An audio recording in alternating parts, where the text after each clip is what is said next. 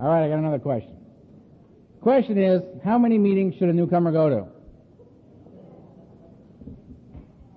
Let me put it this way. I do some work with some sober living homes out in my area, about an hour from where I live, and they require a lot of meetings. If you're going to if you're working full time, they require a minimum of 14 meetings a week. All right. The message is this: nothing gets in the way of a constant connection and commitment to Alcoholics Anonymous. Working full time, terrific. Then you'll only do 14 meetings this week. Get what I'm saying? So those guys are at the 6:15 a.m. meeting, and they go to the 6:15 to 17 a.m. meeting at the 502 Club before they go to work. After work, very easy to hit at least one of the many, many meetings that are being conducted in that immediate area. Weekends, doubling up shouldn't be a problem.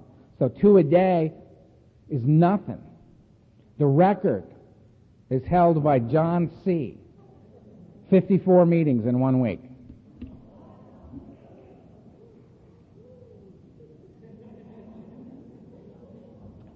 So, if you're a newcomer, I would suggest a meeting a day. Suddenly, doesn't sound like much, does it?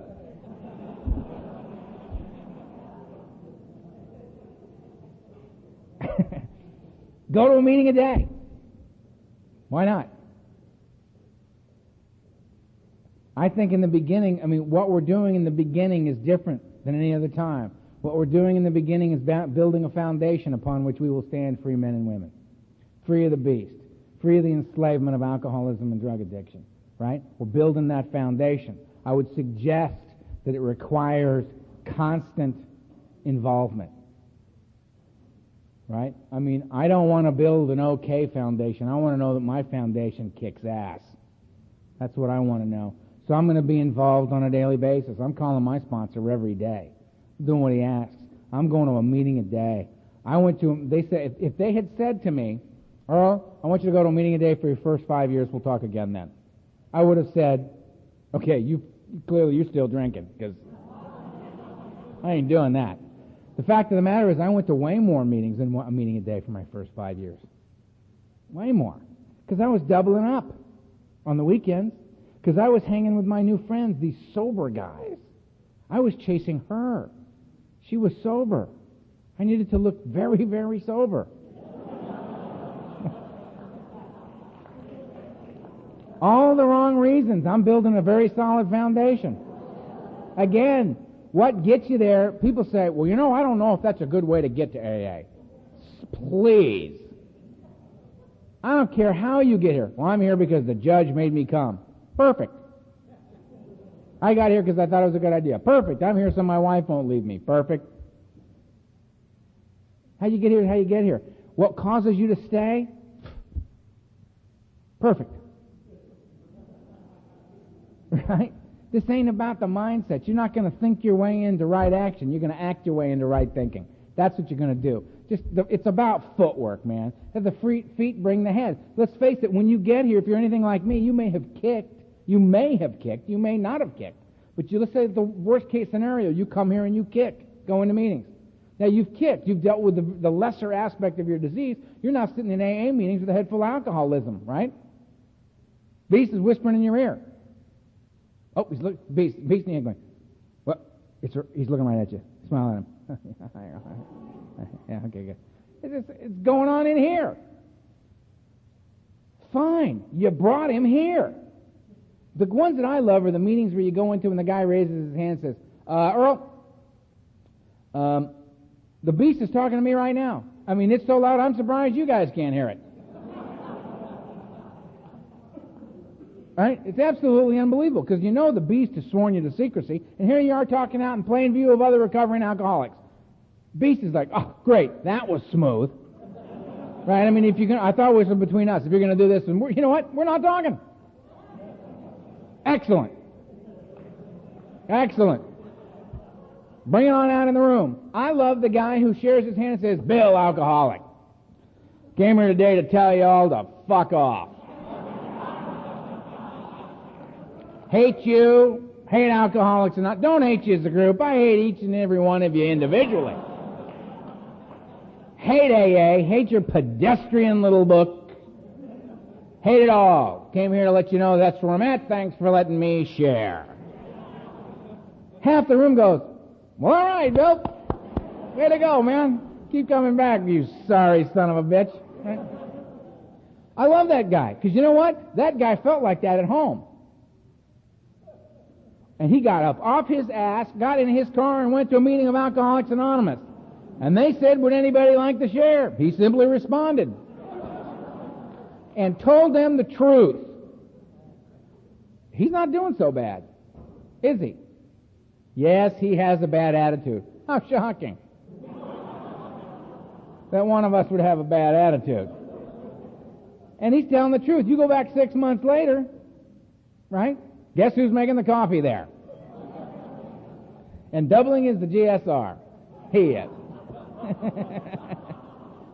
I remember going out to that Tuesday night workshop that I did for 5 years straight, on sabbatical now.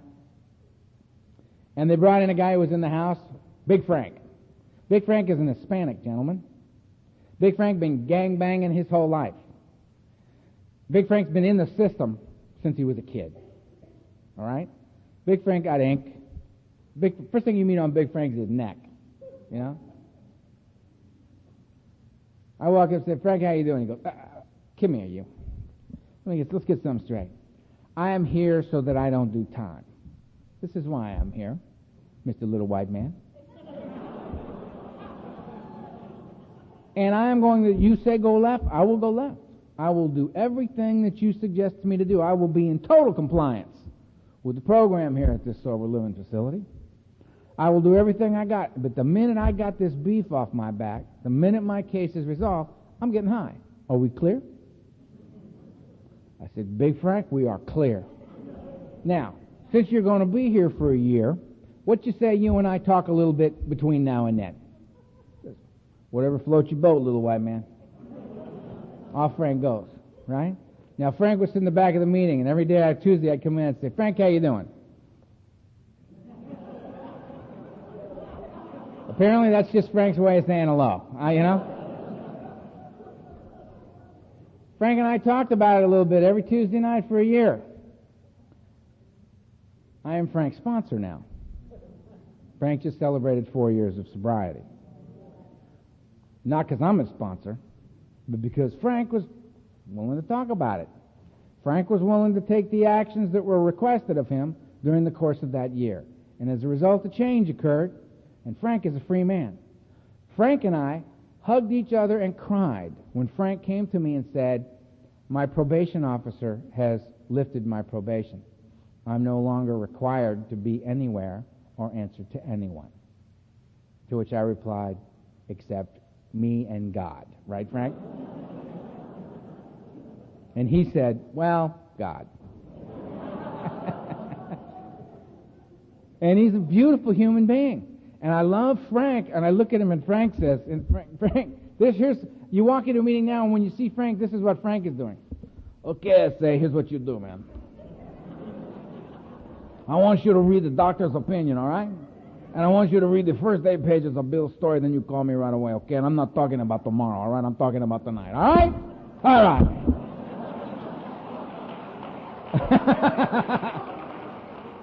And I'm like, okay, right?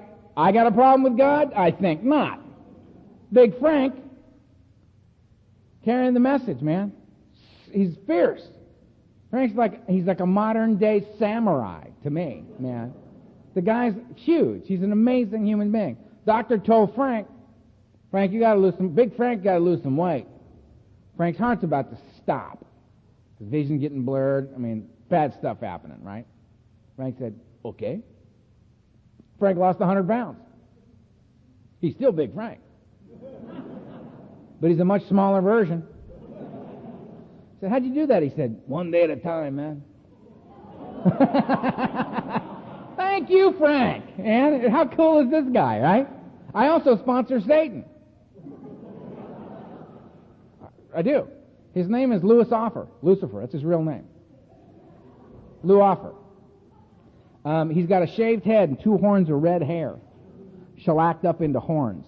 He's got a little beard that swirls down into a point and then kind of tips up at the end. right? Down about here. He's got a devil's tail tattooed up his back.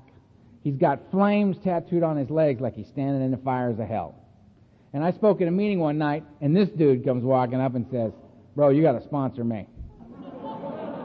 Now, immediately I become greatly concerned about what it is I'm throwing out there. Because clearly Satan sees that I am his guy, right? And I have sponsored him. Louis just celebrated 10 years of sobriety. Louis is an amazing human being. Sponsors a lot of guys, helps a lot of people. When those little speed freaks on Hollywood Boulevard out in Hollywood, right? I mean, these guys, 14, 15, 16, 17 years old, and they come screaming into the Midnight Madness meetings in Hollywood, and I mean just in time. If you can imagine 15 years old and getting here just in time. Come tweaking in off that street into those Midnight Madness meetings, man, they look around and go, "Holy shit, the devil got sober." They see Louis standing over there with the horns and the whole thing, right? Louis goes walking over and puts his arm around him and says, "It's all right, little bro. You don't ever have to get loaded again, one day at a time if you don't want to." And I just want to cry when I see that. And they look at him and they go, "I am so into this." Right? Now I could walk up to him and say, "Little brother, my name's Earl. I got 22 years clean and sober, and I'm gonna show you how to catch a buzz that is more fierce than anything you have ever known in your life." And they'll look at me and go, "Yeah, 22 years, right? Either you didn't use like me, or you're lying. There's a lost weekend in there somewhere." They'll believe Louis. They don't believe me, they'll believe him. They don't know that when they pass on me and sit down with Louis, they just move to another seat at the same table. And who cares? They say, "Earl, I got to pass. I'm going to go with Lou." I say, "Okay." I just smile and go, "All right. That's a big shift in game plan, pal." Right? Right? And we all end up, brothers and sisters, doing the same deal, man. The common problem and the common solution drawing us closer and closer together. Step 12, having had a spiritual awakening. As the result of doing these steps, that was the whole point. Having been restored to sanity, soundness of mind, relieved of the obsession to drink and use, walking the earth a free man. What do I do? Because I've been coming to Alcoholics Anonymous and going to these meetings and talking to this sponsor, going to these book stays, and I've been take from you, which is precisely what I should have been doing. It's taken from you. Right? When Donna looked at me and said, Earl, it's really not necessary that you share because you don't have anything we want." That was a fair and reasonable statement. Sit down, shut up, and listen was really applicable to me. And when they said to me to do that, it was really the kinder, gentler thing to say. If they had said, "Well, Earl, what do you think?" Earl, if my sponsor had called me and said, "Earl, would you like to go to a meeting? Would you like to go?" Or, "Earl, we're all going to go to a meeting over here. Would you like to join us?" This never, ever happened. I would come home from work and I'd hit the answering machine and it would be Donald. "Donald Madden, we're meeting at 2nd and Santa Monica at 8 o'clock. The meeting starts at 8:30. You be there by 8, click." "Well, thanks for the invitation." I would go be there at 8. The meeting's at 8:30. Why am I here at 8? Because there's people here that are newer than you, if you can believe that. There's people here that actually know even less than you. Maybe you could help them out. Get out of your self-centered little brain and help them out. Glad I asked, Donald. Thanks. Go be there for somebody else, right? Oh, okay. And go and do. He'd say, "Go pick up Ed. He's on the corner of 2nd and Santa Monica, 6th and Santa Monica. Pick him up and bring him to Ohio Street." Fine, click. I just go, and I do it. And what happened was I got introduced to contrary action. Nobody asked me what I thought, what my best thinking was on this. We all knew it sucked. We're going to go with his best thinking. That's the great thing about a sponsor. Use the best thinking of another. That's one of the great surrenders around here, to be willing to go with the best thinking of another. One who has what it is I seek. Comfortable sobriety. Someone who's comfortable sober. Somebody who's free. Somebody who's been relieved of the obsession of drink and use. That's what I'm after. The rest of you hear that? Oh, good. That's good. That's good. I'm getting really, really tired, man, because the bells are starting. If it's just me, I can roll with it. I got lots of experience. Okay. Right, we ask people to turn their cell phones off. Thank you. You saw me go away right there. Didn't you just see it happen? I remember being in an AA meeting in the back of Ohio Street on a Saturday night, and I couldn't go another step. It was about 2 years sober.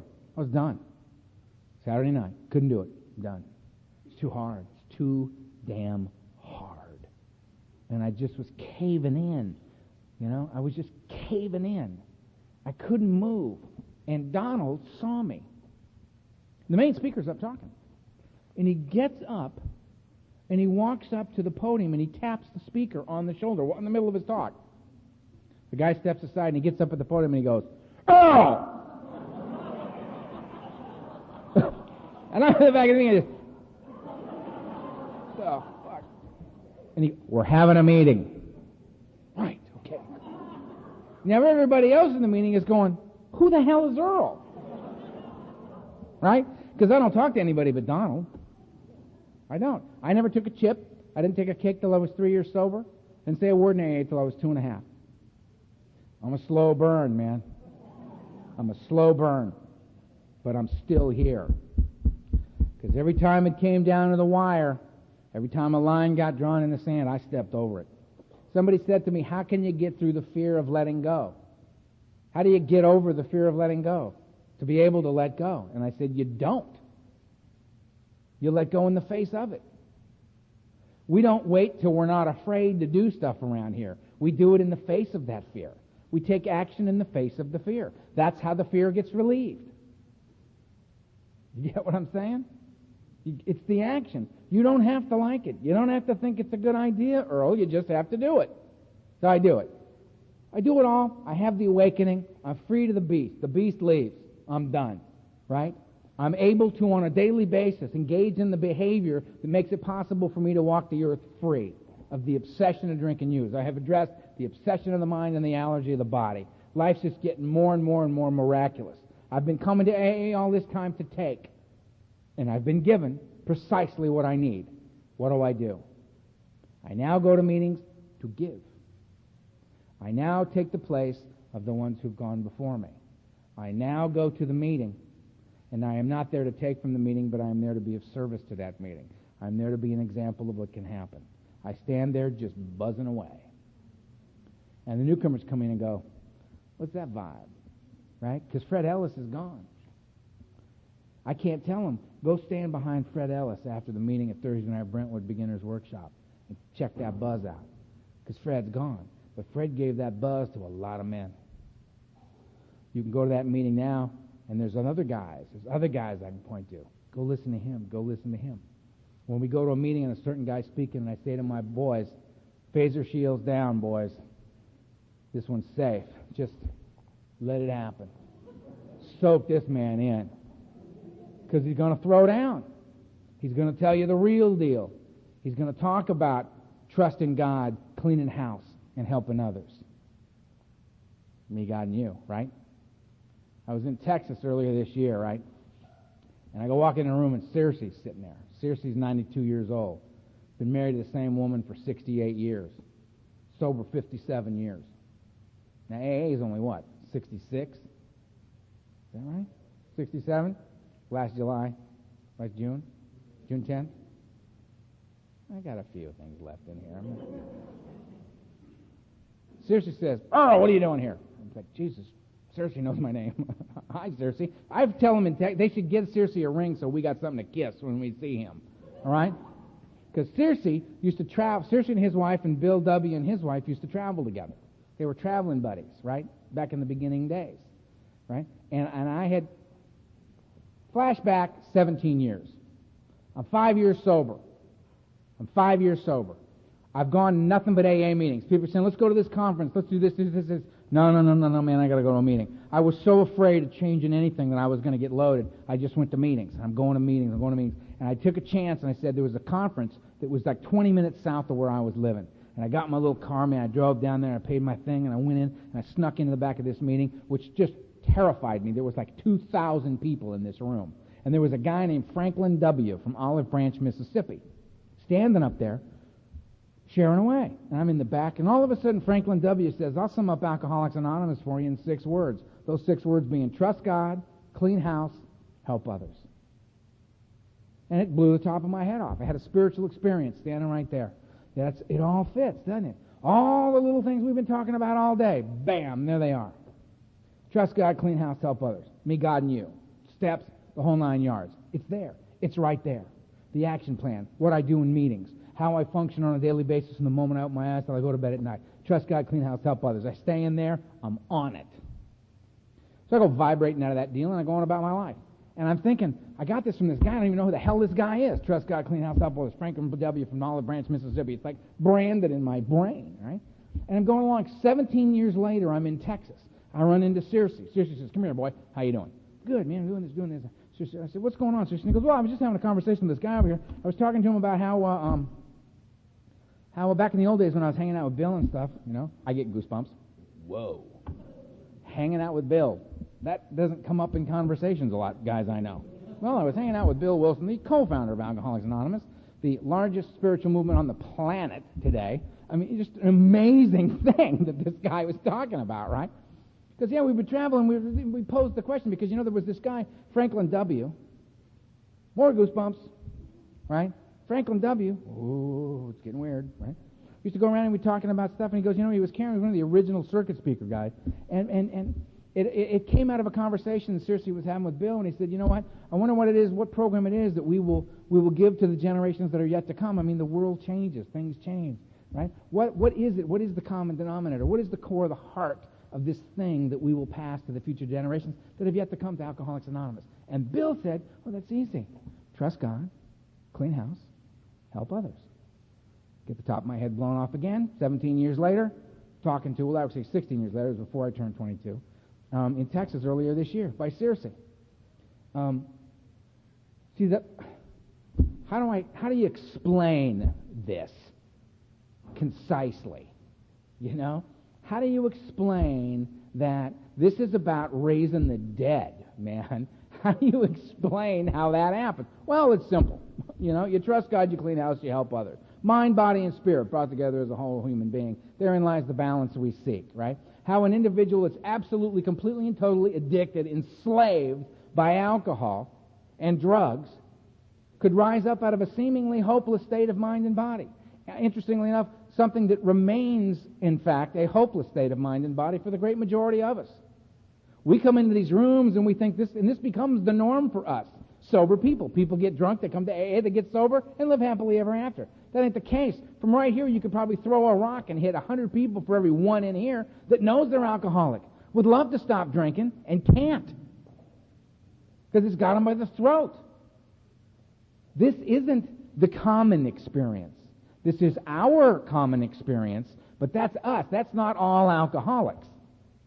This is a rare, remarkable gift. And what I'm asked for this incredible, remarkable blessing in my life is that I engage in this process to go steps 1 through 11. Having had the experience, having been given the remarkable thing, having been restored to sanity, soundness of mind, having been relieved of the obsession to drink, freed from the beast, finally, after 16 years of mayhem, I'm asked to practice these principles and carry the message. I'm asked to go back to these meetings that have saved my life, to these people that have saved my life, and pick up the torch that they have set down because they have passed on. To be the one that carries the message of the original 100. To be that guy now, not to be the one who benefits from it, but be the one who is willing to pass that on. It's the only thing Donald Madden ever asked of me. So I'll give you everything I've got. Everything. I'm going to ask one thing of you. When you catch this buzz, when it lights up your life, when it goes so far past not drinking and using, it's blowing your mind on a daily basis. When you catch that buzz, I want you to give freely to the next guy coming through the door as it's been freely given to you. And I promised him that I would do that. And I've honored that promise every day since. Every day since. And he's been dead 8 years. Last July 26th.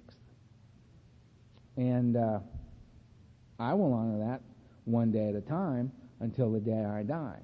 Why? Because it works. You can say whatever else you want about this thing, but you must say, and it works, if we work it. The 12th step is an opportunity what it does is it proves to me that I can view life in a completely different manner. An example, how many of you were forced at some time during the course of your life to stand in lines? When you go to the market, you have to stand in a line. When you go to the DMV, you have to stand in a line. When you go to the movies, you have to stand in a line. When you cross a bridge, you got to wait in line, don't you? May I suggest that you don't have to, that you get to.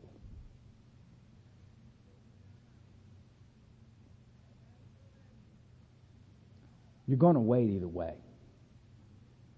You can choose to have to wait if you wish. I choose to get to wait. I get to change the way I perceive it, that I get to be a man among men. I'm not locked in a cage. I'm not buried. I've lived 2 decades beyond anything anybody expected. I ran into an old family friend not too long ago who said to me, "You know, Earl, we're very proud of you." And I said, "Why?" Because pride's got nothing to do with my life. And they said, "She's a normie." And she said, "Well, you know, we had to let you go. We loved you, but we had to let you go, all of us. We all let you go because it was too painful to watch. And there was no way you were going to survive the course of your life. And we knew it and we accepted it and we let you go. You were 27 years old. I'm 50 now. I know you're shocked to hear that because I look so wonderful. Heroin is a remarkable preservative.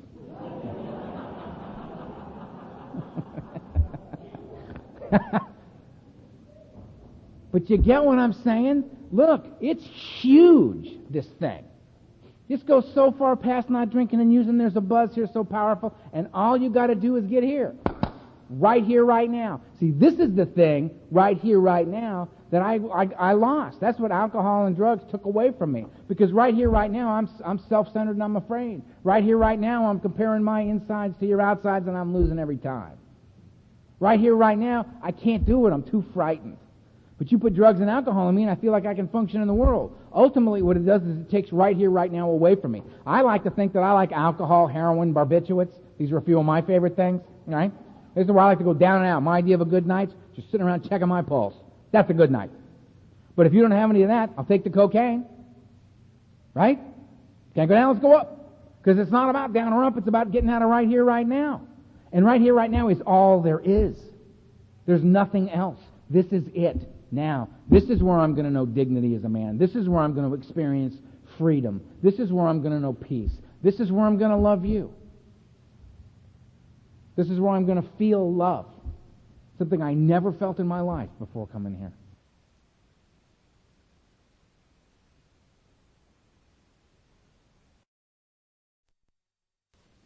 Feel it. You could tell me you love me. I didn't understand. I couldn't let it in. Now I feel loved.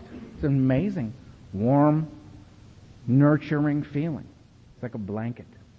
It's a remarkable thing.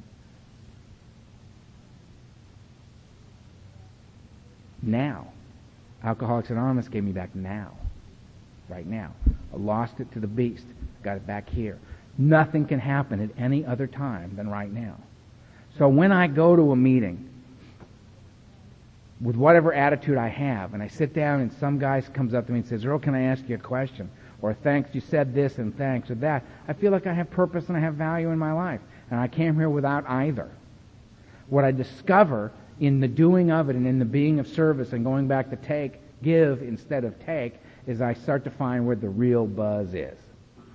It is in working with the new people. It is in feeling like I'm in the game because I'm willing to face my worst fear to come here. You know? And then I'll get on another plane tomorrow. I landed here and I was thinking about, I've never seen the United States.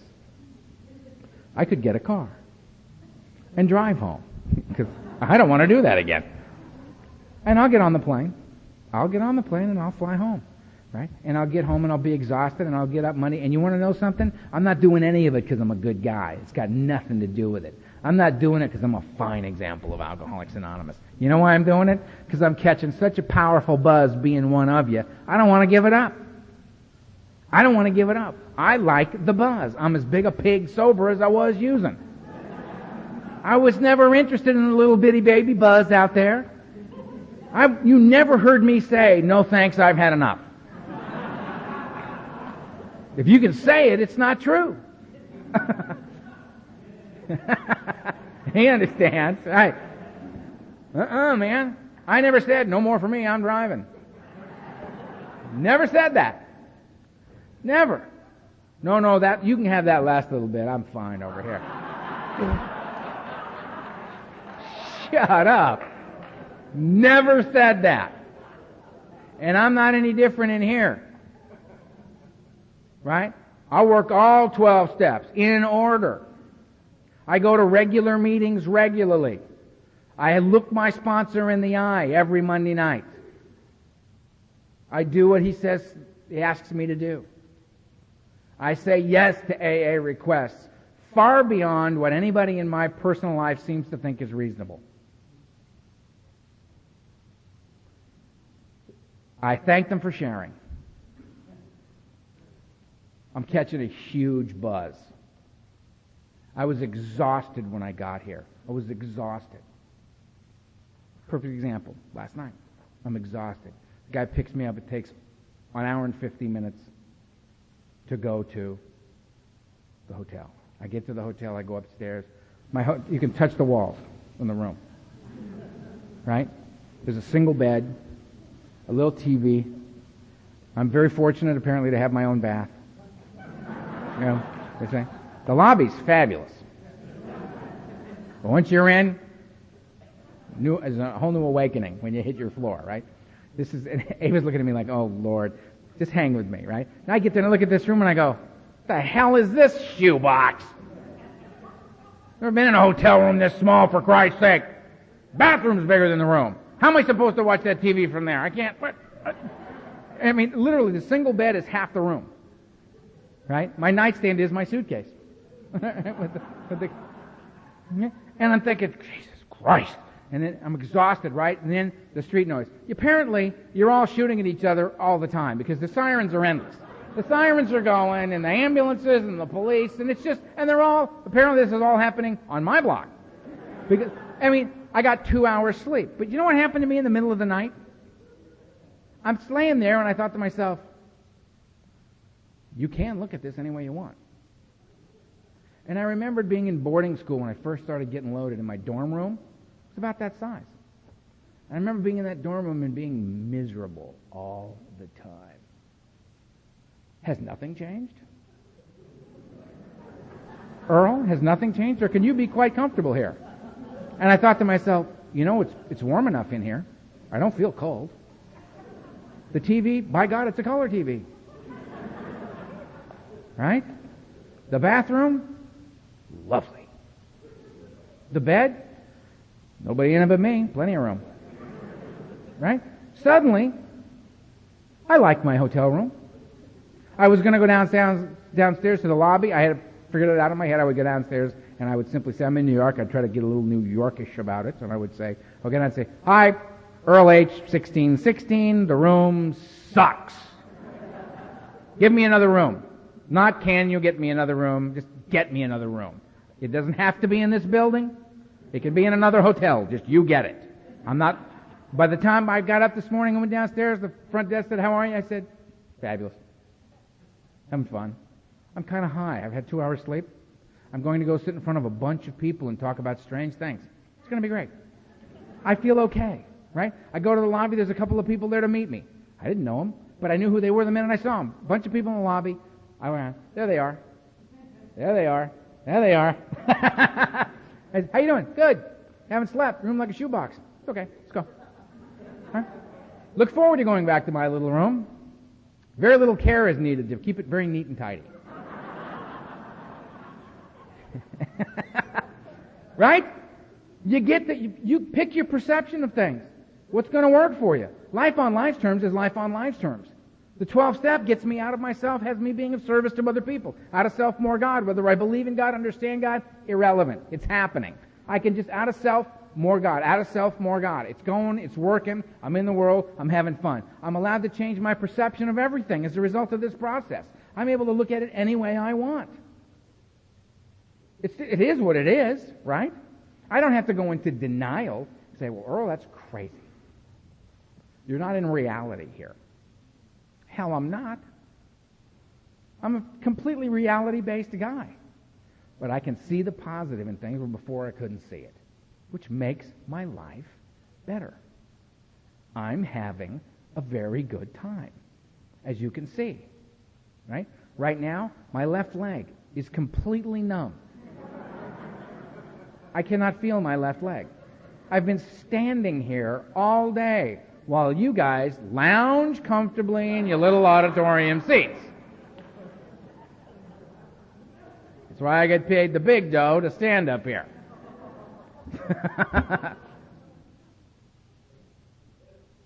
But guess what? All you got today was me. Look what I got. Look what I got.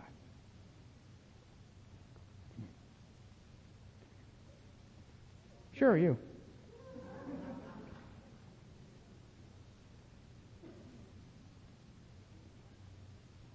Look at Margaret. You want to hug me? Thank you. Not why I brought you here, but that was great. Thanks. Look at that. How cool is that? That's what I've been looking at all day. Y'all should be up here. It's incredible. But then you wouldn't be able to see you out there, so forget it. Look at them. Powerful. See, they're a powerful group. Those are drug addicts and alcoholics. All of them. They're drug addicts and alcoholics. This is Maggie. See how they are? How nice and pleasant they are? Uh-huh. They said, hi, Maggie. Isn't this nice? I mean, isn't it amazing? Look at him. Look at Norman smiling over there.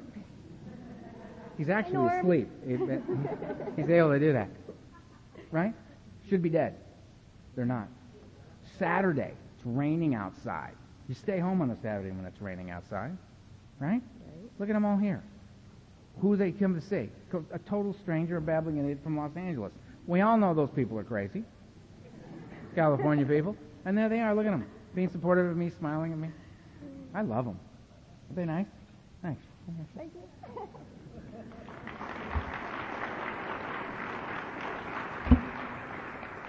I get you. I get Tony and Tom. I get Steve. I get all these guys, right? I get Norman over here. I get these guys that I had lunch with. I had lunch with a bunch of guys. We had this great time, right? Everybody eating. Everybody together. Talking about being alive and sober and free. That's what we're doing. If you're new, and some of you are here, I met somebody with 51 days during one of the little breaks, right? Congratulations. Yeah, there you are. Congratulations, you know. Turn around and walk back in the teeth of your disease.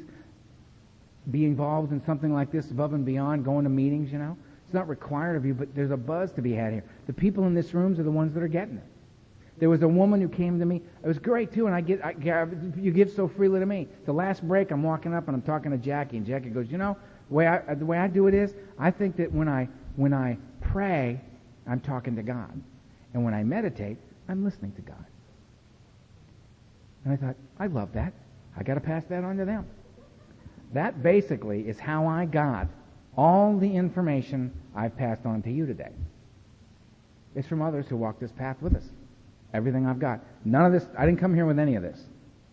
I got it here. So it's available to all of us. We just pass it around and share it. It's our truth. It's our experience. It's our journey. So participate as best as you can. Be a part of this. Laugh with us. The healing. Have a good time. Revel in it. Don't take yourselves too seriously, but take this very seriously. Right? It's got to be fun, man. Make it fun. There's only one thing in this book that they say they insist on. We absolutely insist upon enjoying life. That's the only thing in here that they insist on. And I suggest that that's precisely what we should do. So when you find yourself unavoidably in a line, you get to be in the line.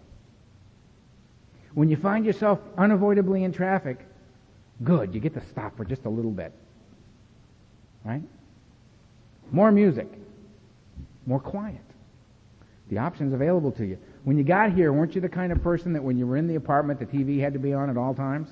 When you're in the car, the radio has to be on at all times? God forbid you should be left with the sound of what's inside your head. You got to be distracted at all times. How nice now to be able to drive down the road and just be quiet. Right? I kept saying that the place that I'm trying to get to in my life is that when they say, Earl, we're going to put you in this little box, and we're going to put you there for 24 hours. You can take everything you need to be happy, to have a great time. You can take anything you want with you into the box. Just give us the list, and we'll give it to you. For me to have a blast in the box, all I need is some water. That's it. I don't need anything else. I've been trying to get the list as short as I can possibly get it, so I can be happy, joyous, and free without the need of outside components. Me, from the inside out. My mind. Get to be me in there. Comfortable. Having a good time. Digging it. Catching a buzz. What do I need? A little water would be nice for 24 hours. But that's all I need. That's a cool thing. The list used to be extremely long. It's not anymore. That's freedom for a guy like me. Right? I'm fine. And it's a result of being with you. I hope you got something out of this.